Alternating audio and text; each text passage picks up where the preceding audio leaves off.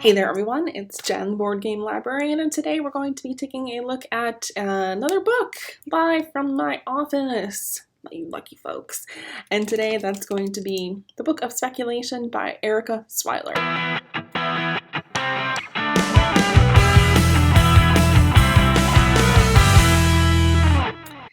This book is one that had been on my radar for a little bit, and I hadn't picked it up, and I recently picked it up for Board Game Breakfast. If you follow me and you know I do book and board game pairings, this was one that I paired for a board game. I listened to it and then I had to give it up to listen to something else, and unfortunately that kind of stopped some of the momentum that I had when I was reading this book.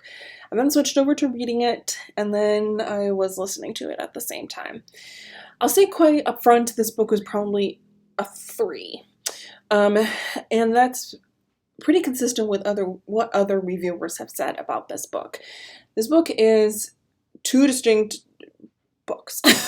There is the story from the past, and there is the story from the future. So in this book, we have Simon, a research librarian from Long Island, and he has been sent an old book, basically a log book from a traveling circus from the 1800s, and this book has to do with his family. And what he discovers is that all of the women in his family die on July 24th. All of them. They all drown. Terrible, horrific deaths. So Simon is trying to figure out how he can break this cycle of all of the women in his life dying, and if it's even true. So that's the present storyline. The past storyline is the story of that logbook of those the traveling circus people from the 1800s, which is immensely better. Is 100% the more engaging of the 2 stories. That I'd give a 4. The present stuff, I'd give like a 2. Simon is not a character that you necessarily root for, that you care for, and sometimes that's okay. That's a good thing. But I don't know, in many ways it doesn't seem like he has his act together. He's not a likable character and he'll change. I feel like he's always going to be this way. There's not a super lot of redeeming characters in him. He cares about his sister. He's willing to do almost anything to save his sister's life. But his communication skills are the pits. He ends up with a girlfriend, Alice. I believe her name is Alice. It's been a couple weeks since I read this. A fellow librarian whom he works with, that he's grown up with. Their families have been very close his entire life. And a secret comes out. Again, which is fine. And you'll learn that all of these people are intertwined. All of these people. So there's that. Simon lives in this very, very old house on a cliff, which is basically going to collapse into the ocean. His sister is a tarot card reader for a traveling circus. So a lot of the people in his family end up having circus professions as well. Simon himself can hold his breath underwater for 10 minutes, we'll say. But in the past, we have, and it might be even the 1790s, this story takes place. We have the story of essentially Simon's ancestors, his grandfather and grandmother, and how this chain of events all ends up happening. It's super interesting.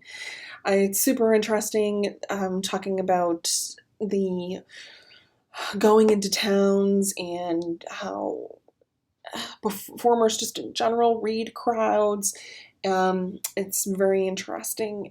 And the dialogue is just better. The characters are better. And then there are kind of archetypes too, but I don't know. So I want to talk about this cover, which of course there's a library jacket on it and it's glossy. This cover has nothing to do with this book. This cover is hugely misleading. So I'm sorry, Erika Swyler, you got stuck with this cover. Like, even like a picture of a traveling circus or someone who holds their breath underwater, or someone reading an old book or a picture of the old logbook would have been 1,000 times better than this. This has nothing to do with the book. It's a woman holding old books. Ooh. I mean, which is kind of what Simon does.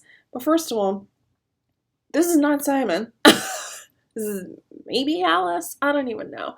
So, bad take on this. Just not good. Not good at all. And there were parts of the book that really dragged, hence me giving it up, even though I had to. I didn't pick it back up right away either. I finished it because I wanted to. It's... Maybe you would like this book if you liked Night Circus, if you liked Water for Elephants. And I'm not a fan of Night Circus. I don't think this is even as good as Night Circus. So I'd research this a little more, take a look at other reviews and see if it's something you'd even like. But yeah, kind of a meh book. Have you read Book of Speculation? What did you think about it? And I'll catch you next time.